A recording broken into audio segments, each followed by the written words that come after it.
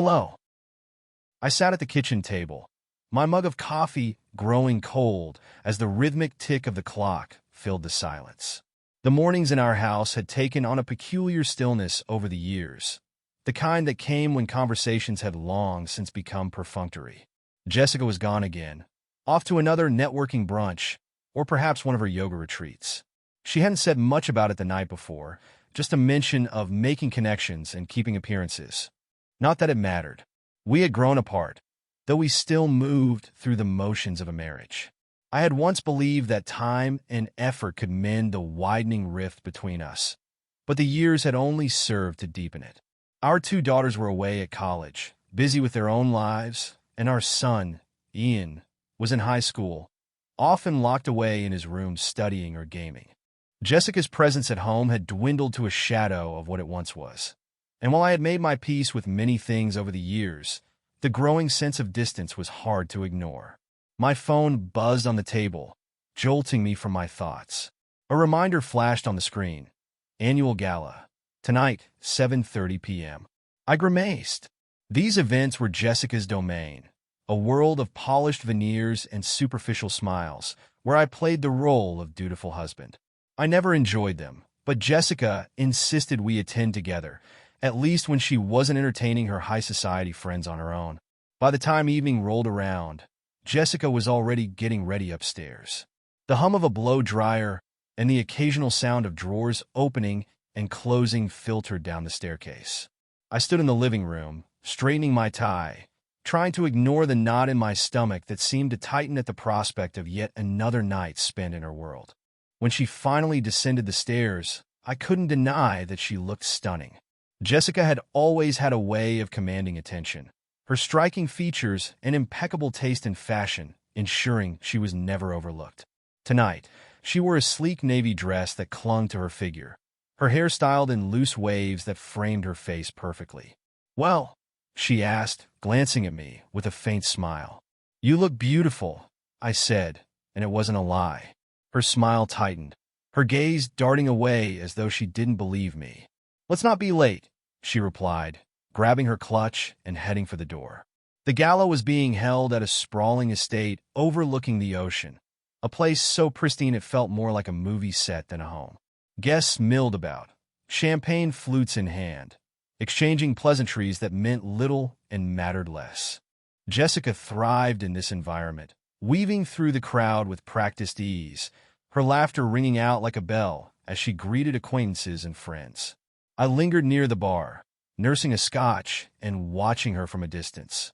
She looked radiant, her smile as dazzling as ever, but there was something different about her tonight, an energy, a lightness, as though she were exactly where she wanted to be. It was while I was contemplating this that I first noticed him. Ethan Marston. Ethan was one of those men who seemed to embody success in a way that was almost infuriating. Tall, broad-shouldered, and impeccably dressed, he carried himself with the kind of confidence that came from knowing he had everything he wanted. He was a regular at these events, though I had never exchanged more than a few words with him. What caught my attention was the way he was looking at Jessica, and the way she was looking back. They were standing together near one of the tall windows that overlooked the garden, their conversation punctuated by her laughter and his easy grin. He leaned in closer, his hand brushing her arm, and she didn't pull away. I felt the burn of anger rise in my chest, tempered only by a cold sense of clarity. It was one thing to drift apart, to feel the weight of years and unspoken resentments pulling at a marriage. It was another thing entirely to witness the possibility that your wife might be stepping out of it altogether. Jessica turned slightly, her gaze sweeping the room, and for a brief moment, her eyes met mine. I thought I saw a flicker of something, guilt perhaps, but she quickly looked away, her attention snapping back to Ethan. The rest of the evening passed in a blur. Jessica flitted about, her attention divided between Ethan and the other guests, while I stayed on the periphery, my thoughts racing. When we got home that night, I decided to test the waters. "Jessica," I began as she slipped off her heels and placed them by the door. "You seemed close with Ethan tonight." She glanced at me, her expression carefully neutral. "Oh, Ethan's just a friend. We were talking about a project he's working on." He's trying to raise funds for a new development. I nodded, feigning disinterest. I see. You two seem to be getting along well. Her eyes narrowed slightly, a hint of defensiveness creeping into her tone. What are you implying, Aaron? Nothing, I said quickly. Just an observation. She sighed, rubbing her temples as though the conversation were exhausting her. Look, I'm under a lot of stress right now. You wouldn't understand. You're so content with things as they are, but I want more. I need more. More of what? I asked, though I already knew the answer. Ambition. Drive. Excitement, she said, throwing her hands up. I feel like I'm suffocating in this routine. I bit back the retort that rose to my lips and instead nodded slowly. Maybe you're right. Maybe I have been complacent. Jessica looked at me, surprised, as though she hadn't expected me to agree. I'll work on that, I added, my tone calm, even as my mind whirled with the implications of her words. She offered a faint smile, but it didn't reach her eyes. I'm going to bed, she said, turning and heading upstairs. I stood in the dimly lit living room for a long time after she left, the knot in my stomach tightening with every passing moment. I knew I couldn't let this go. Not this time. For the next few days, I carried the knowledge of what I'd seen at the gala like a stone in my chest. Jessica carried on as though nothing had happened, her routine unchanged, her demeanor as polished and self-assured as ever. If she suspected I had noticed anything unusual, she didn't let it show. But I noticed. I noticed everything. It began innocently enough, or at least as innocently as this kind of thing could. She had left her phone on the kitchen counter one evening while she went upstairs to shower. Normally, I wouldn't have thought twice about it, but something about the way she had clutched it all evening, her thumb constantly flicking over the screen, made me pause. I picked it up, the familiar weight of it in my hand, almost comforting. The lock screen displayed a string of unread notifications, texts, a calendar alert for lunch with E, and a message preview that stopped my heart cold. Can't stop thinking about last night. When can I see you again? The sender's name was just an initial. E. I didn't need more than that to know who it was. I put the phone down, my hands shaking. For a moment, I debated confronting her right then and there, storming upstairs and demanding answers. But no, confronting her without proof would only give her room to deny, to twist the narrative. I needed to be sure. The next morning, I began my search. While Jessica was out, I installed a GPS tracker on her car, a small device tucked discreetly beneath the rear bumper. It wasn't difficult. Years of tinkering with tech had given me an edge most people didn't have. That night, I downloaded the app that would let me monitor her movements in real time. It didn't take long for the dots to start connecting. On Monday afternoon, when she said she was meeting her friend Emily for coffee, her car pinged at an address across town, an upscale condo in a gated community. I looked up the property online. The unit was owned by Ethan. On Wednesday, the pattern repeated. Another visit to the condo, this time for nearly 3 hours. The pieces of the puzzle were falling into place, but it wasn't enough. I needed more than just her location. By Thursday evening, I had figured out how to access the backup of her phone's deleted messages. It was a painstaking process, but one I executed with a precision born of desperation. When the first batch of texts loaded onto my screen, my stomach churned. You're right, he doesn't suspect anything. Aaron's so wrapped up in his work, he barely notices when I'm gone. Just a little longer. Once Ian graduates, I'll finally be free of him. We'll talk about the money later. I've already moved enough to cover what I need. Each message was a dagger, sharper than the last. She wasn't just betraying me emotionally. She was planning her escape, preparing to take everything she could and leave me behind. I stayed up late that night, poring over the texts, taking screenshots, creating folders, and meticulously organizing every piece of evidence. By the time the sun rose, I was more resolved than ever. The next step was hiring someone who could take the investigation further than I could. That's where Dana came in. I found her online, discreet, professional, and with a reputation for delivering results.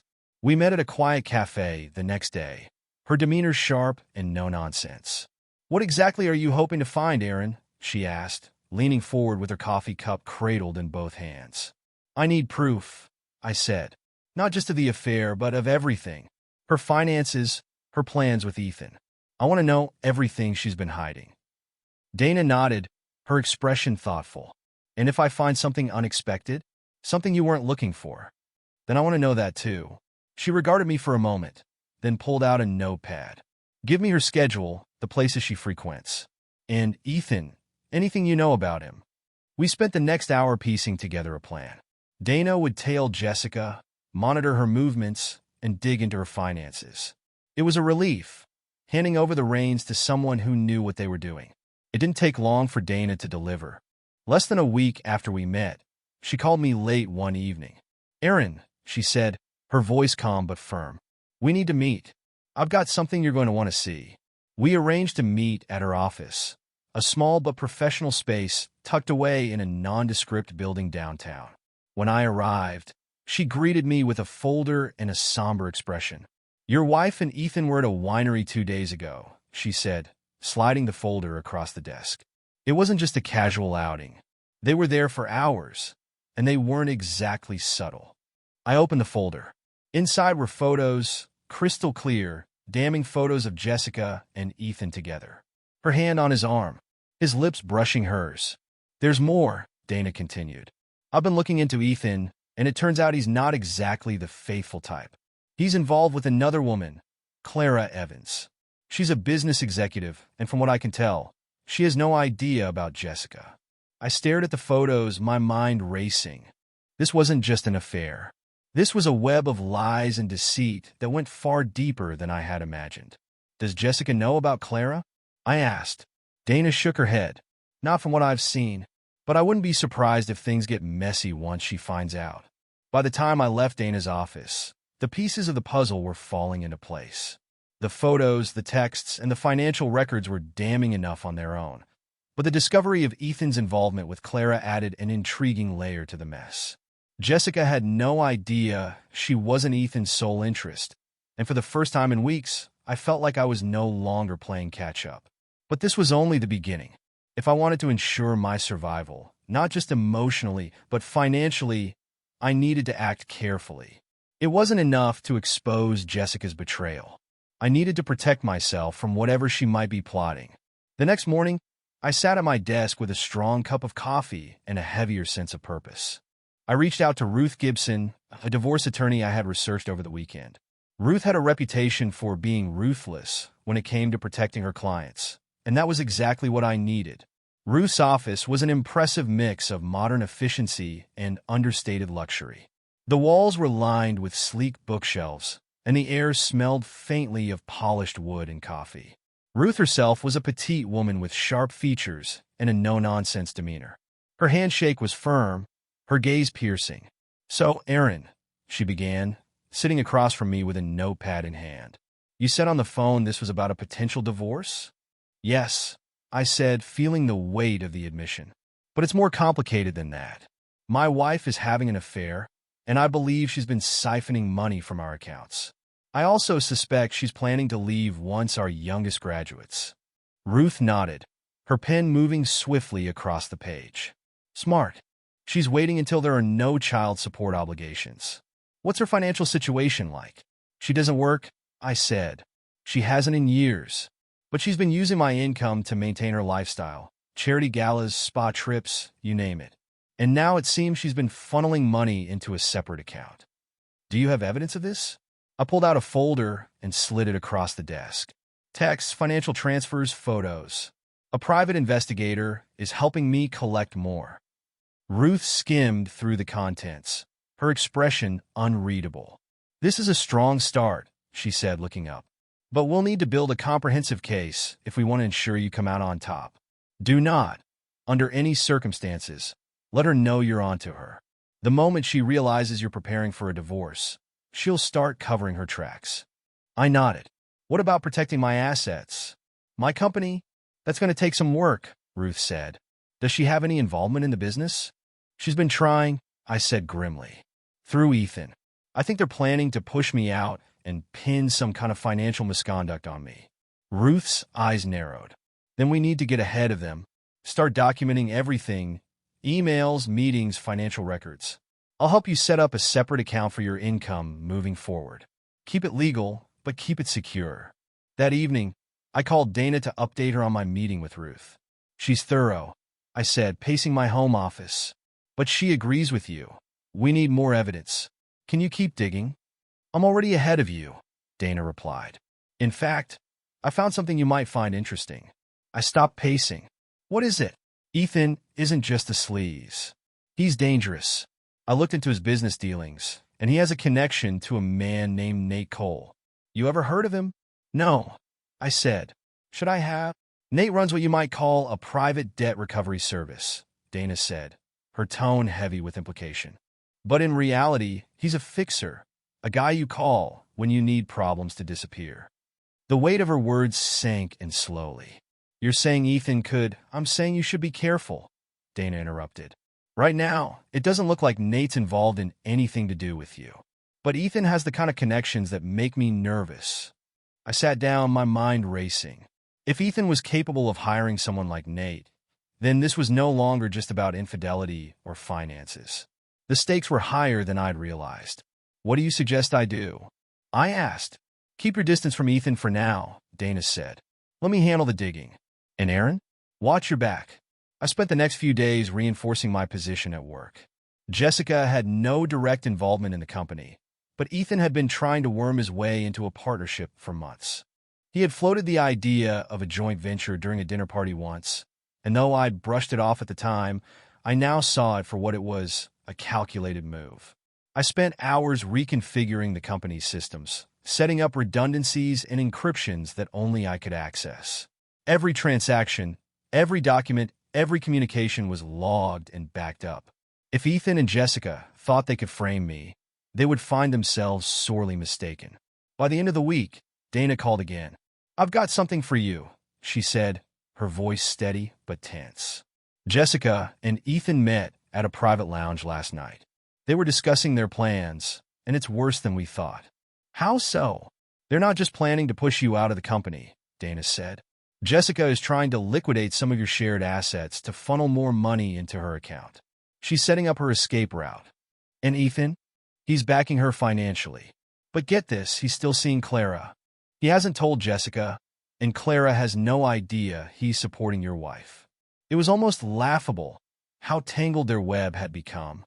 But the humor faded quickly, replaced by a cold determination. They think they're untouchable, I said. Dana's voice softened. Not for long. The air at the marina was thick with salt and anticipation, the breeze carrying the faint hum of laughter and clinking glasses from the yacht club's terrace. I stood on the dock, adjusting the cuffs of my shirt, the familiar weight of my plan pressing against my chest. Tonight was the night. Every move, every calculated risk I had taken led to this moment. Jessica loved events like this. She thrived in them, her smile effortlessly charming, her laughter filling the room like music.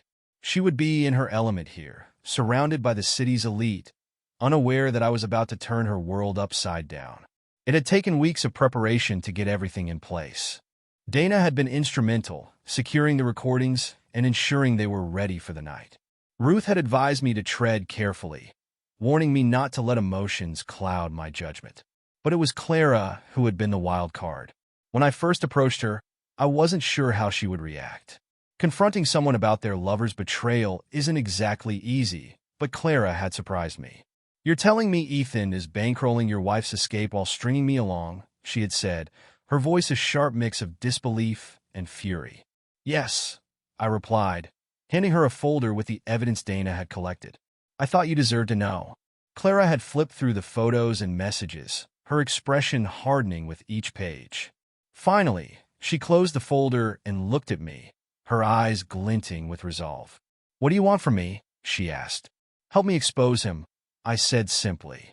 The Yacht Club Charity Gala was the perfect stage for what I had planned. The guest list was extensive, the media would be present, and Ethan's name was on the sponsorship banner. I had leaked just enough information about his financial misdeeds to pique the interest of the press. As I stepped onto the club's terrace, I scanned the crowd. Jessica was there, her navy dress shimmering under the fairy lights. She stood near the bar, her hand lightly resting on Ethan's arm as they laughed together. Ethan looked as smug as ever, his confidence radiating in the way he held himself. I made my way through the crowd, exchanging polite nods and small talk, but my focus never wavered. My goal wasn't to confront them, not yet. Instead, I slipped away to the dock where Ethan's yacht was moored. Dana had been thorough in helping me set this up. The recording devices were already in place, discreetly hidden in the yacht's lounge and deck area. They were voice-activated and connected to a nearby receiver, ready to transmit their conversation to the yacht club speaker system at the right moment. As I finished my final check, my phone buzzed. It was Clara. "They're heading toward the yacht," she said, her tone steady. "Are you ready?" "Yes," I replied. "I'll be back inside in a minute. Let me know when you're in position." "Don't worry," Clara said. "I'll handle my part." I returned to the gala, my heart pounding in my chest. Jessica and Ethan had disappeared, as expected, and the crowd was buzzing with excitement as the auction began. I spotted Clara near the stage, her posture poised and her expression unreadable.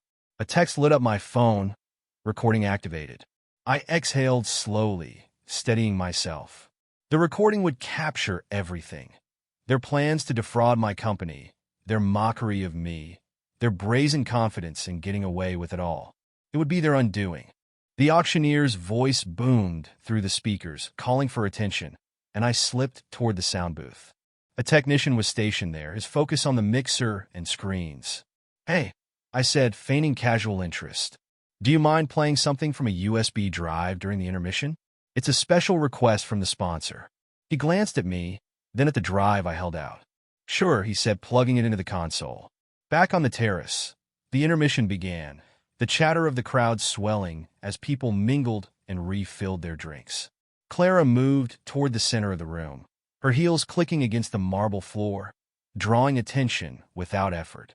"Ladies and gentlemen," she said, her voice clear and commanding, "I have something I'd like to share." The room fell silent, heads turning toward her as she held up her phone. "It seems our esteemed sponsor, Ethan Marston, has been keeping secrets, and I think it's only fair we all know the truth." At that moment, the speakers crackled to life. Jessica's voice echoed through the room, sharp and unmistakable. "Aaron's a fool," she said, her tone laced with derision. "He has no idea what's coming." Ethan's laughter followed. "By the time he figures it out, we'll be long gone. And that company of his? It'll be ours." Gasps rippled through the crowd as the recording continued, detailing their plans to manipulate me and siphon funds. Jessica's scornful remarks about my lack of ambition and Ethan's dismissive comments about Clara drew murmurs of shock and disgust. Clara stepped forward, her expression fierce. "This is the man you're all applauding tonight. A fraud. A liar." The room erupted into chaos. Security moved quickly, their earpieces buzzing with instructions as they escorted Ethan and Jessica back into the main room. Ethan's face was pale, his composure shattered, while Jessica looked around wildly, her expression a mix of panic and fury. "What is this?" Ethan demanded, his voice cracking. "It's called justice," Clara said coldly. Before he could respond, a pair of uniformed men stepped forward. "Ethan Marston," one of them said, "you're under arrest for tax evasion." The silence that followed was deafening. Jessica stumbled back, her mouth opening and closing as if searching for words. "You're not taking me down with you," she hissed at Ethan, but her words were drowned out by the clicking of cameras and the murmurs of the crowd. As Ethan was led away in handcuffs, Jessica turned to me, her eyes blazing. "You did this," she spat. I met her glare with calm resolve. "No, Jessica, you did this to yourself." Jessica's absence was as loud as her presence once was. She had moved out the day after the gala, storming through the house with her usual dramatic flair, hurling accusations as she stuffed designer dresses and overpriced shoes into suitcases. "You think you've won?" She spat at me, her voice sharp enough to cut glass. "You have no idea who you're dealing with, Aaron. I'll take everything. Mark my words." Her final words echoed in my ears long after she slammed the door behind her. I stood in the quiet aftermath, staring at the mess she had left behind. The discarded hangers, the half-closed drawers, the faint scent of her perfume lingering in the air. I wasn't sad. I wasn't even angry anymore. What I felt was far more dangerous: clarity. The first sign of trouble came a few days later. I was sorting through my mail when I found a plain, white envelope with no return address. Inside was a single piece of paper, the words typed in bold block letters. "You should have stayed quiet." I stared at it for a long moment, my mind racing. It wasn't difficult to guess who had sent it. Ethan's arrest had been the beginning of his unraveling. And if there was one thing I knew about men like him, it was that they didn't go down without a fight. I called Dana immediately. "Dana, I just got a note," I said, my voice low. "No signature, no return address. It says, 'You should have stayed quiet.'" There was a pause on the other end of the line before she spoke. "Ethan," she said. "It has to be him." "That's what I thought," I replied. "I told you before, Aaron," she said, her tone serious. "Ethan's connected to Nate Cole. If he's feeling cornered, he might call in a favor." My grip tightened on the phone. "What do I do?" "First, stay calm," Dana said. "Install security cameras around your property. Make sure every door and window is locked at all times. And Aaron, watch your back." The next few days were uneventful, but the sense of unease never left me. I installed cameras around the house, each one strategically placed to cover the entrances and perimeter. At night, I double-checked every lock, every window, every point of vulnerability. It wasn't until a week later that things escalated. I was driving home late one evening, the streets quiet and bathed in the orange glow of streetlights. As I turned onto a winding stretch of road, I noticed headlights in my rearview mirror. They were close, too close. I frowned, slowing down slightly to let the car pass, but it didn't. Instead, it matched my pace, maintaining the same distance. My pulse quickened. I tested the theory, speeding up and then slowing down again. The car mirrored my movements, its headlights a constant presence in my mirror. "Damn it," I muttered under my breath. I took a sharp turn onto a side street, then another, weaving through the neighborhood in an attempt to lose my shadow. Finally, I pulled into a gas station, parking beneath the bright lights and stepping out of the car. The car that had been following me drove past, its tinted windows revealing nothing. It didn't stop, didn't slow down, but I couldn't shake the feeling that this wasn't a coincidence. That night, as I reviewed the footage from the security cameras, I noticed something. At 2:17 a.m., a figure appeared at the edge of the property, lingering just out of reach of the lights. The image was grainy, but I could make out a tall silhouette, their movements deliberate and measured. They didn't approach the house.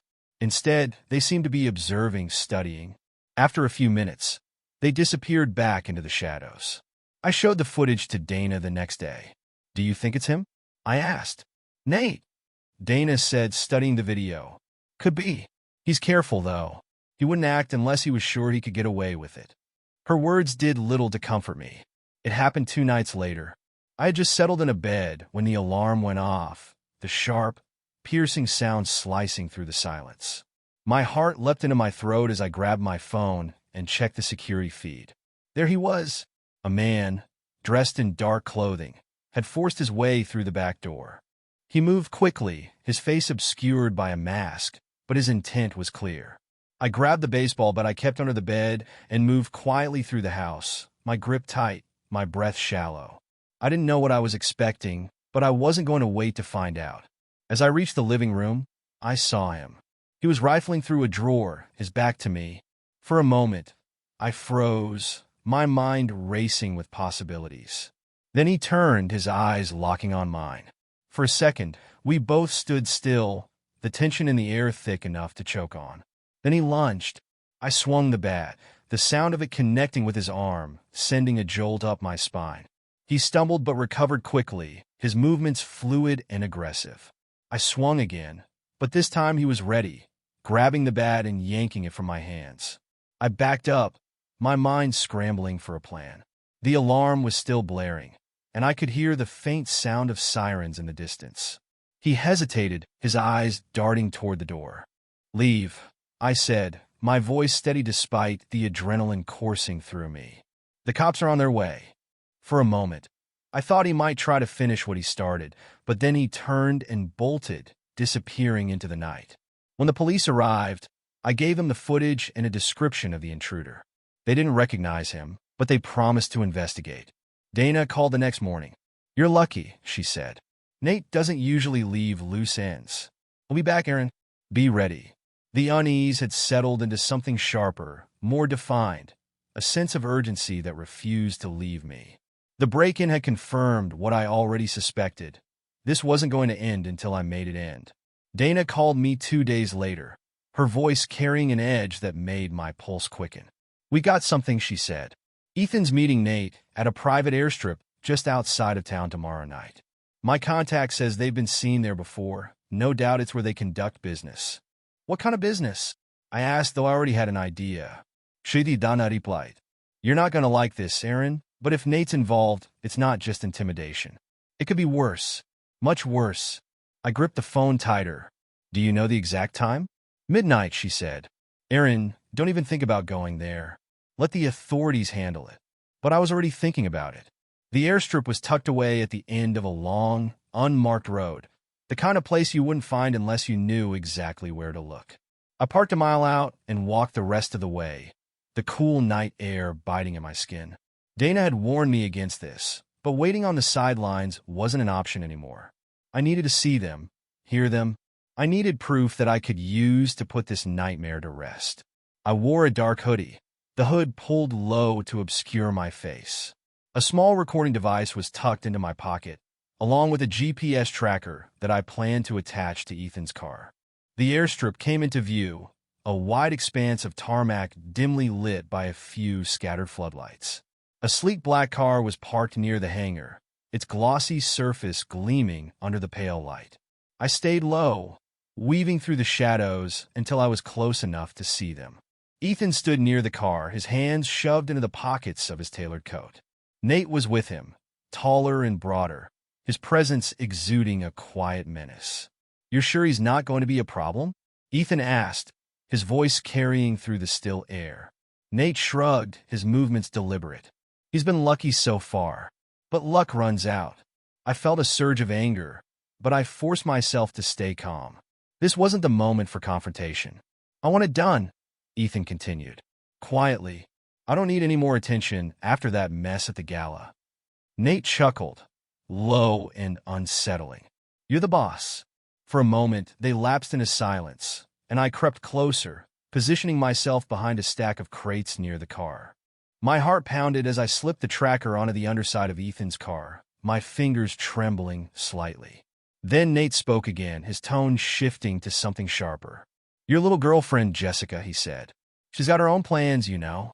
Been moving money out of your accounts. My guess? She's setting up a nice little nest egg for herself before she bails." Ethan stiffened. "What are you talking about?" Nate shrugged again. "Don't take it personally. Women like her always have an exit strategy." Ethan's jaw tightened, his anger palpable even from where I stood. "If she thinks she can screw me over, relax," Nate said, cutting him off. "We'll deal with her when the time comes." The recording device in my pocket captured every word, and I felt a grim satisfaction. Ethan and Jessica deserved each other, but now I had something tangible to use against them. I slipped away from the airstrip as quietly as I had arrived, my pulse still racing. By the time I reached my car, I had already decided what to do. The next morning, I compiled the recording and the tracker data, packaging it neatly before submitting it to the IRS through their whistleblower program. Ethan's financial dealings were bound to raise red flags, and Nate's involvement would only make things worse. But I wasn't done yet. That night, I received another call from Dana. "You're not going to believe this," she said, her voice laced with tension. "The IRS moved fast. Federal agents are already at the airstrip." "Are they arresting him?" I asked, gripping the phone tightly. "Not just him," she replied. "They're taking Nate in too. Turns out he has an outstanding warrant for assault and extortion." You just triggered a domino effect, Aaron. I felt a surge of relief, but it was tempered by the knowledge that this wasn't over. Not entirely. "What about Jessica?" I asked. Dana hesitated. "She's not tied to this yet, but if Ethan flips, he might drag her down with him." I nodded to myself, my mind already racing with possibilities. "Keep me updated." The news broke the next day. Ethan Marston, prominent developer and philanthropist, arrested on charges of tax evasion and fraud. His mugshot was plastered across every local news outlet. His fall from grace a spectacle for all to see. It didn't take long for Jessica to make her move. Predictably, she didn't waste any time playing the victim, wielding her charm and cunning like weapons. If there was one thing she had mastered in our years together, it was how to turn a narrative in her favor. The first sign of her strategy came in the form of a phone call from Rachel, my eldest daughter. "Dad," she said, her voice cautious. "I just got off the phone with Mom. She said some things about you." I leaned back in my chair, steadying myself. "What kind of things?" "She's saying you've been trying to destroy her," Rachel continued. "That you ruined her reputation and left her with nothing. She said you've been manipulative and controlling." And she hesitated, as though unsure if she should continue. "Go on," I said calmly. "She said you've been violent," Rachel finished, her voice barely above a whisper. I felt the anger rise in me, hot and immediate, but I forced it down. "Rachel," I said, my tone steady, "you've known me your entire life. Have I ever given you any reason to believe I would hurt someone?" "No," she admitted, but she sounded so convincing. I don't know what to think." "Let me make this easy for you," I said. "Come by the house. Brinyan Amblili. I'll show you everything, and you can decide for yourself what to believe." That evening, the three of them sat in my living room, their expressions a mix of curiosity and trepidation. I took a deep breath and began showing them the texts, the photos, the financial records, all of it. "This is what your mother has been doing," I said, my voice measured. "She's been lying to me, to all of us. She's been planning to leave for months, siphoning money from our accounts and conspiring with Ethan to destroy my company. And now, because she's been exposed, she's trying to shift the blame onto me." The room was silent for a long moment as they processed what I had shown them. Finally, Ian spoke. "So she lied about everything?" he asked, his tone equal parts hurt and disbelief. "Yes," I said, "and I'm sorry you're caught in the middle of this.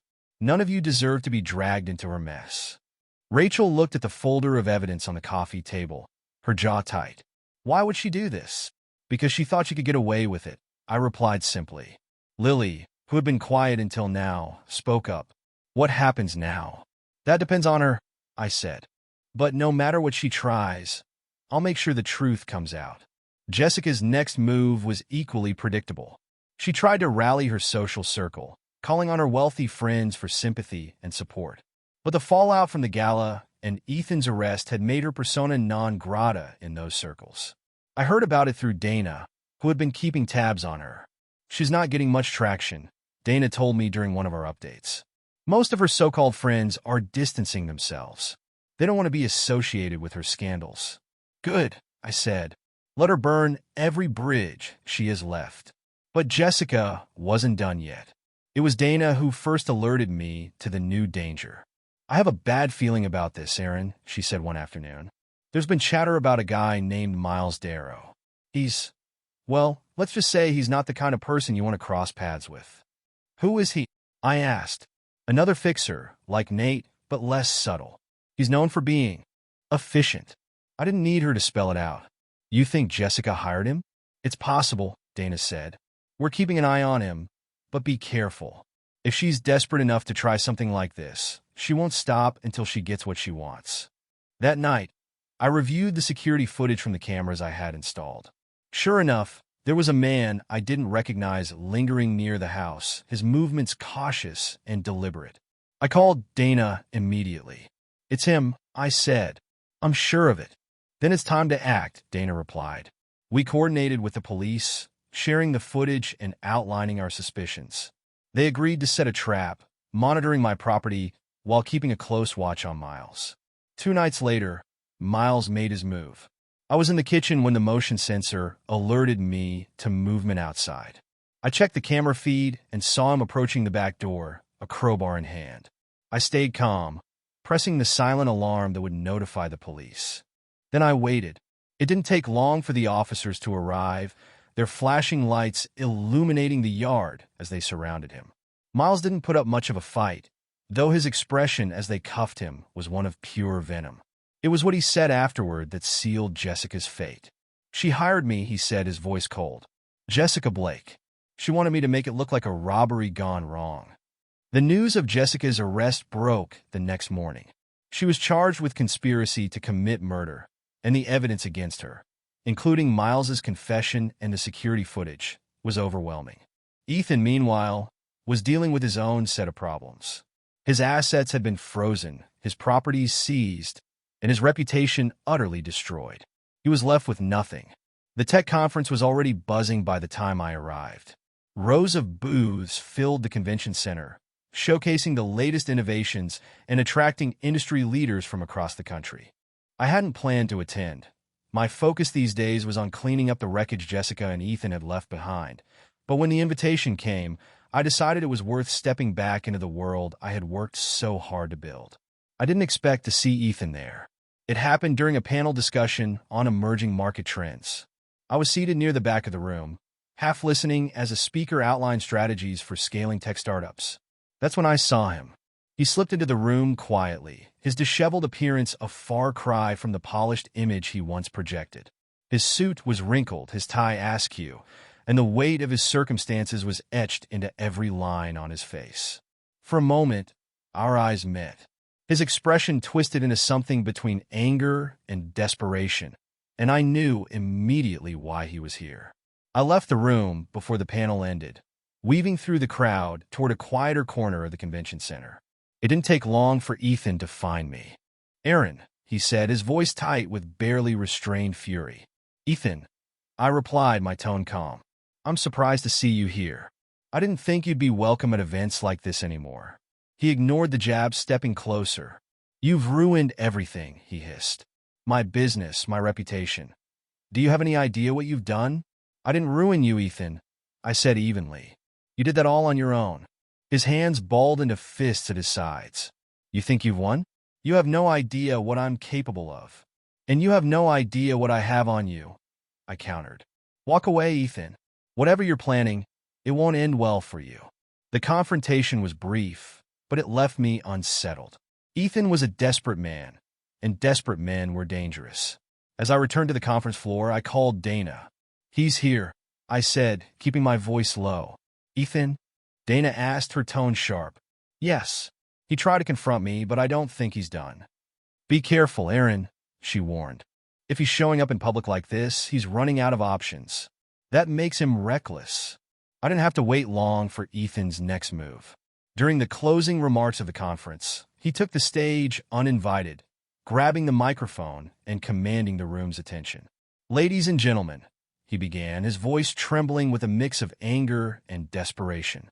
"Before you leave, there's something you need to know about one of the attendees here today." He turned his gaze toward me, and the room followed. "This man," he continued, pointing in my direction, "has been spreading lies and ruining lives to further his own agenda. He's a fraud, and I have the evidence to prove it."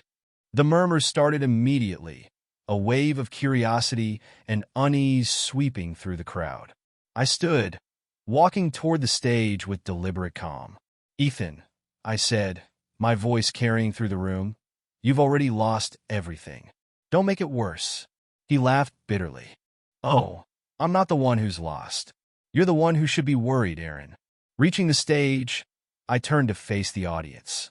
"Ladies and gentlemen," I said, addressing them directly, "what you're witnessing is the last gasp of a desperate man. But since we're discussing evidence, allow me to share some of my own." I pulled out my phone and connected it to the projector, displaying a series of documents for everyone to see. Bank transfers, emails, contracts. All of it detailed Ethan's fraudulent schemes, his embezzlement, and his attempts to sabotage my company. The room erupted in gasps and whispers, and Ethan's face drained of color. "This," I said, gesturing to the screen, "is the truth about Ethan Marston. And if anyone would like further clarification, I have more where this came from." The fallout was immediate. Security escorted Ethan out of the building, and within hours, the story was trending online. Clara, who had finalized her divorce by then, seized the opportunity to file a civil lawsuit against Ethan, adding another nail to his coffin. Meanwhile, I turned my attention to finalizing my own battle. I retrieved the last of the hidden documents, a detailed account of Jessica's financial misconduct, including her attempts to drain our accounts and hide assets. With Ruth's help, I presented them in court, leaving no room for doubt about her intentions. The divorce settlement was swift and lopsided. Jessica walked away with little more than her personal belongings, her grand plans reduced to ashes. The final twist came a week later. Dana called me with the news. Ethan tried to flee, she said. He was caught at the border, trying to cross into Mexico. I leaned back in my chair, a wry smile tugging at my lips. Let me guess, federal agents were waiting for him. Exactly, Dana confirmed. They intercepted him before he could even reach the checkpoint. He's done, Aaron. I closed my eyes, exhaling slowly. Thank you, Dana, for everything. Don't thank me yet, she said, her tone lighter. You still have a lot of rebuilding to do. The house was quiet now, the kind of quiet I had longed for during those turbulent months. It wasn't an empty quiet, not the hollow silence that had crept into my marriage long before it collapsed. This was peaceful, alive with the faint hum of possibility. The day started early, as it always did now. The smell of fresh coffee filled the kitchen, mingling with the morning sun streaming through the windows. Ian was at the table, a textbook open in front of him as he scribbled notes. His focus was intense, his brow furrowed in concentration. Got a big test today? I asked, leaning against the counter with my mug in hand. Yeah, he replied, not looking up. Physics. It's kicking my ass. I chuckled. You'll do fine. You've been working hard. Hope so, he muttered, flipping a page. It was a small moment, but it mattered. These quiet exchanges, the normalcy of everyday life, were things I had fought to protect. Winning sole custody of Ian hadn't been easy, but it had been necessary. The evidence of Jessica's actions, the financial misconduct, the murder-for-hire scheme, had left little room for debate. The judge's decision was swift and firm, and for the first time in years, I felt like I was in control of my life again. Jessica, meanwhile, was serving a lengthy prison sentence. The courtroom had been cold that day, her once confident demeanor replaced by a hollow, haunted expression. As the judge handed down her sentence, she had turned to me, her eyes filled with something I couldn't quite name. Regret, anger, maybe both. You did this to me, she had said, her voice trembling. No, I had replied quietly. You did this to yourself. Ethan's fate had been sealed as well. His failed attempt to flee the country had added to his legal troubles, and the charges of tax fraud and embezzlement left him with nothing. He had been sentenced to federal prison, his once glossy reputation reduced to ash. With the chaos behind me, I focused on rebuilding. I sold the old house, the one Jessica had tried to turn into her palace of appearances, and bought something smaller, more practical. It wasn't far from Ian's school, with a yard big enough for him to shoot hoops in, and a spare room I had turned into an office. Moving day had been cathartic. As I carried the last box into the new house, Rachel pulled up in her car, a tray of coffees in one hand and a box of pastries in the other. Thought you could use a break, she said with a grin, handing me a cup. Rachel and I had reconnected a few months earlier, an unexpected but welcome twist in the aftermath of everything. She had been a friend in college, someone I had lost touch with over the years, but seeing her again felt like slipping into something familiar and comforting. You didn't have to do this, I said, taking the coffee. Please, she replied, rolling her eyes. You look like you were about to keel over when we had lunch last week. You need all the help you can get. We sat on the porch, sipping our coffee as Ian worked on unpacking inside. You're really doing it, Rachel said after a moment. Doing what? I asked. Starting over, she said simply. I nodded, looking out at the quiet street. Yeah, I guess I am. The dinner table that evening was crowded with plates of food and the sound of laughter. Rachel had stayed to help me cook, and the kids were all home. Rachel and Lily back from college for the weekend. It felt strange, in a good way, to have everyone together like this, the weight of the past replaced by something lighter. Ian was animated, talking about his physics test and a project he was working on with his classmates. Rachel teased him about his study habits, and even Lily, usually the quiet one, chimed in with a sarcastic remark that made everyone laugh. As I watched them, I felt a warmth spread through me, a sense of peace I hadn't felt in years.